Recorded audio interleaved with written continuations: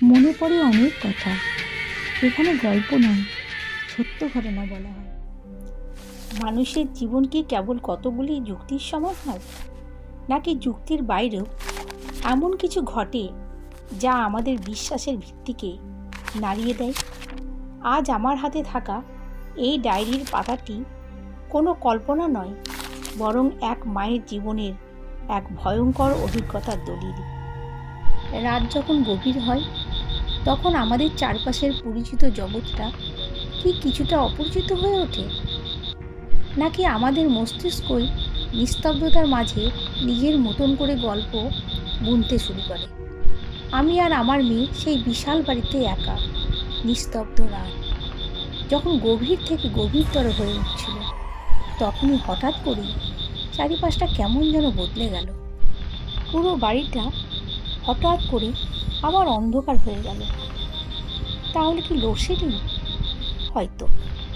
কিন্তু লাইটগুলো যে এইমাত্র আমি নিজের হাতে সব অন করে এসেছিলাম, তবে কি কোনো অদৃশ্য হাত যা সুইচগুলোকে অফ করে দিয়েছিল? আর পাখির সেই ডানা ঝাপটানোর শব্দ, সেটা কিন্তু আজকে এখনো পর্যন্ত আমি চোখ বন্ধ করলেই উপলব্ধি করতে পারি। সেই দিনে সেই ভয়ঙ্কর অভিজ্ঞতাকে আমরা কেবল অতি প্রাকৃত বলে উড়িয়ে দিতে পারি না। এর পেছনে থাকতে পারে গভীর কোনো মনস্তাত্ত্বিক দিক। মানুষ যখন জনশূন্য বড় কোনো স্থানে একা থাকে, তখন তার অডিটরি সেন্স বা শোনার ক্ষমতা অত্যন্ত ক্ষীণ হয়ে যায়। একটি সাধারণ বাতাসের শব্দও তখন ডানা ঝাপটানোর মতন মনে হতে পারে, কিন্তু তেমনটি নয়। সেই দিন কোনো বাতাসের শব্দ পাখির ডানা ঝাপটানোর মতো আমার মনে হয়নি।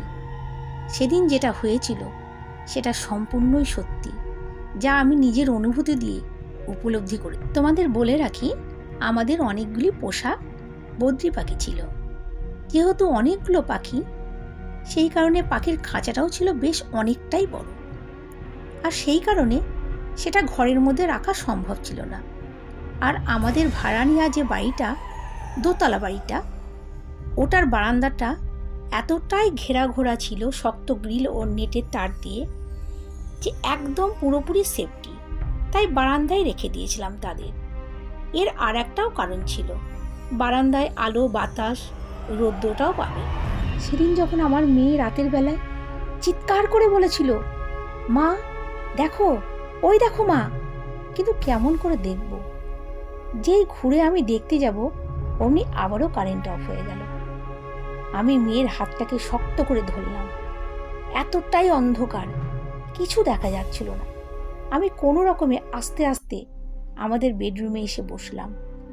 অন্ধকারে টর্চ লাইটটাও খুঁজে পাচ্ছিলাম না।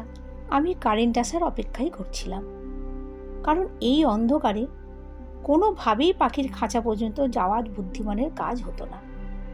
যদি কোনো জন্তু জানোয়ারই হতো, তারাও তো পারত আক্রমণ করতে। তবে হ্যাঁ, একটা ব্যাপারে আমি নিশ্চিত ছিলাম, যদি কোনো জন্তু হয়, পাখির খাঁচা কিন্তু খুলতে পারবে না।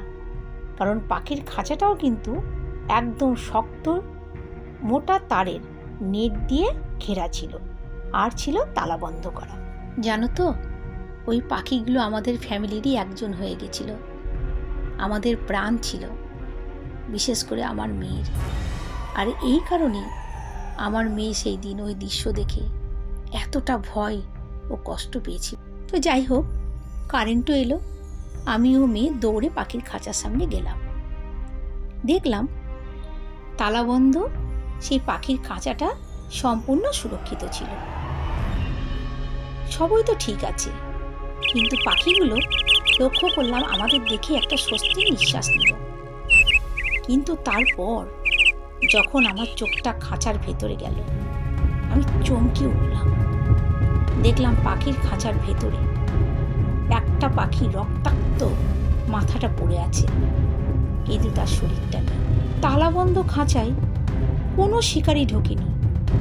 তবে এই নৃশংসতা ঘটল কিভাবে?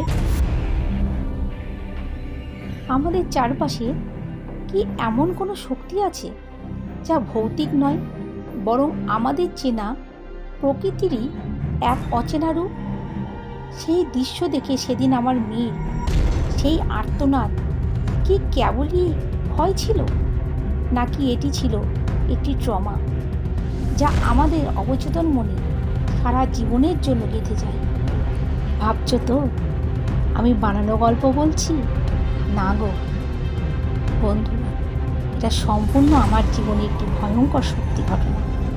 আর বিষয়টি আমাদের মনে করিয়ে দেয় জীবন অনেক সময় ফিকশনের চেয়েও বেশি অদ্ভুত। তালাবন্ধ খাঁচা, অক্ষত নেট, অথচ একটি প্রাণের রহস্যময় সমাপ্তি। বিজ্ঞান কি পারে সব কিছুর ব্যাখ্যা দিতে? ইতিমধ্যেই ওই বাড়িতে আমাদের বেশ কিছুদিন থাকাও হয়ে গেছে। ওই পাড়ার কয়েকজন প্রতিবেশীর সঙ্গে অল্প স্বল্প আমার আলাপও হয়েছে। তাদেরই মুখ থেকে শোনা যে ওই বাড়ির দোতলাটা মাসিমা, অর্থাৎ ওই বাড়ির ওনার নাকি মেয়ে আর নাতির জন্য করেছিলেন। কিন্তু বর্তমানে মাসিমার মেয়ে ও নাতনি অন্য বাড়িতে ভাড়া থাকেন। ওই বাড়ির দোতলায় থাকতেই পারিনি। আমি গভীরে ঢুকে আসল সত্যটা জানার চেষ্টা করেছিলাম, কিন্তু কেউ আমায় সত্যটা জানাতে চাননি। হয়তো তার কারণ মাসিমার ভয়, পাছে মাসিমা জানতে পারলে কিছু বলেন। আমার একটা কথাই বারবার সেদিন মনে হচ্ছিল, তাহলে কে সেদিন পাখির দেহটা নিয়ে গেল? এটা যদি কোনো ইঁদুর বা বেজির কাজ হয়, তাহলে মাথাটা কেন পড়ে থাকবে? আর ওই ছোট্ট ছোট্ট নেটের মধ্যে দিয়ে পুরো শরীরটা বেরিয়ে গেল, অথচ ছোট্ট মাথাটা কেন ভেতরে রয়ে গেল? এটাও তো একটা বিশাল বড় প্রশ্ন আমাদের সামনে এনে দেয়, তাই না? মনটা বড্ড খারাপ হয়ে গেল। কি করব? আমার মেয়েটাকে নিয়ে আমি ঘুমোতে চলে যাই। সেদিন আর রাত্রিবেলায় আর কোনো উৎপাত আমাদের কানে আসেনি। পরের দিন আমি অনেক ভোর ভোর উঠে পড়েছিলাম। কেন, সব ব্যাপারগুলো তো মেয়েকে বলা যায় না। ও বাড়িতে একা থাকে, তারপর অনেকটাই ছোট।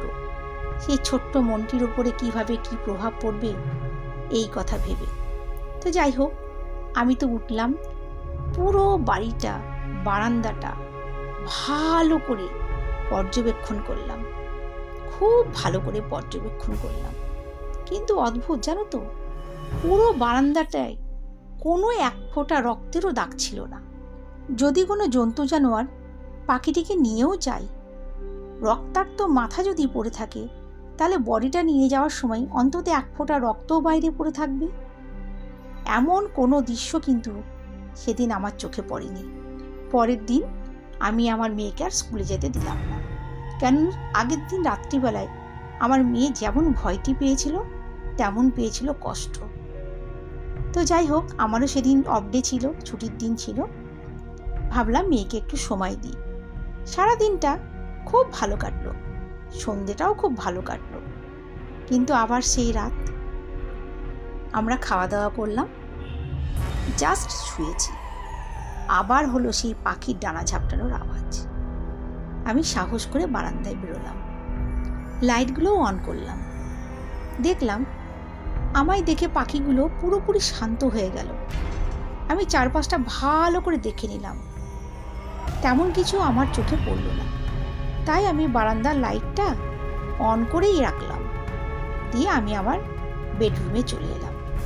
কিছুক্ষণ যেতে না যেতেই আবার সেই আওয়াজ, পাখির ডানা ঝাপটানোর। আমি দৌড়ে যাই, যেহেতু বারান্দার লাইটটা জ্বালিয়ে এসেছিলাম। আমি বারান্দায় গিয়ে দেখি তালাবন্ধ খাঁচাটি যেমনটি ছিল তেমনটিই আছে, কিন্তু একটি পাখি বারান্দায় ঘুরে বেড়াচ্ছে, যার পায়ে আঘাতের চিহ্ন। আমি চিৎকার করে মাসিমাকে ডাকলাম, মাসিমা, মাসিমা! কিন্তু নিচতলা থেকে কোনো উত্তর আসেনি সেদিন। পাশে থেকেও কোনো খোঁজ নেননি মাসিমা। এই যে একাকিত্ব আর অন্য মানুষের উদাসীনতা, এটাই কি ভয়ের মূল উৎস নয়? আলো ফুটলে রহস্যের কুয়াশা কেটে যায়, কিন্তু ডায়েরির সেই পাতাটি আজও আমার মনে করিয়ে দেয় মানুষের অবচেতন মন বিজ্ঞান কল্পনার মাঝে এক সরু সুতোয় ঝুলে থাকে। তোমরা কি মনে করো অবশ্যই কিন্তু কমেন্ট করে জানিও। এইভাবে আমার 19টি পাখির যে ভয়ঙ্কর ভয়ঙ্কর পরিণতি হয়েছিল তা তোমাদের আমি অবশ্যই বলবো। তার আগে আমার চ্যানেলটিকে কিন্তু সাবস্ক্রাইব করো আর পাশের বেল আইকনটি প্রেস করে রেখো, যাতে সর্বপ্রথম নোটিফিকেশন তোমার কাছে পৌঁছায়। আর যদি ভালো লাগে অবশ্যই একটা লাইক করে দিও। কেমন? টাটা।